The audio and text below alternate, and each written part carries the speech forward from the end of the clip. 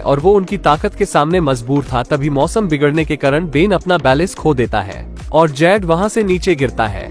थोड़ी देर बाद आंखें खुलने पर उसे अपने सामने एक बर्ड दिखाई पड़ता है और वहां वो बेन को ढूंढने लगता है। उतने में उसे अकेला देख कोई दूसरा डायनो उसके पीछे पड़ जाता है। तब वही बर्ड जेड को उससे छुपाने में उसकी मदद करता है, जिससे जेड सेफली बच जाता है। इसके बाद वो बर्ड जेड को खुद से इंट्रोड्यूस करता है और अपना नाम काई बताता है। जल्द ही वो दोनों अच्छे दोस्त बन जाते हैं और क्योंकि जेड को बहुत भूख लगी थी इसलिए उसे काई फल पेड़ के पास ले जाता है और कार्निवल होने के कारण वो ये सब नहीं खा सका था। तभी उसे पास ही में एक नदी नजर आती है जिसमें मौजूद फिशेज को देखकर वो उन्हें पकड़ने की कोशिश करता है, पर वो ऐसा नहीं कर पाता। तभी उसे मरा हुआ एक डायनो नजर आता है, इसलिए भूख के कारण वो उस पर टूट पड़ता है और उतने में लुकस नाम का एक डायनो वहां आ जाता है और इसने उस मरे हुए डायनो का शिकार किया था। उसे देखते ही जेड डरते हुए उससे माफी मांगकर उसके शिकार को छोड़ देता है और पास ही के चट्टान के पीछे छुपकर उसे खाता हुए देखने लगता है। अपने उस शिकार को फिनिश करने के बाद लुक्स अपने लिए एक और शिकार पकड़ लाता है। ये देखकर जेड लालच में हिम्मत करते हुए उसके पास जाता है। उसकी हालात पर दया करके लुकस उसे अपने शिकार का हिस्सा दे देता है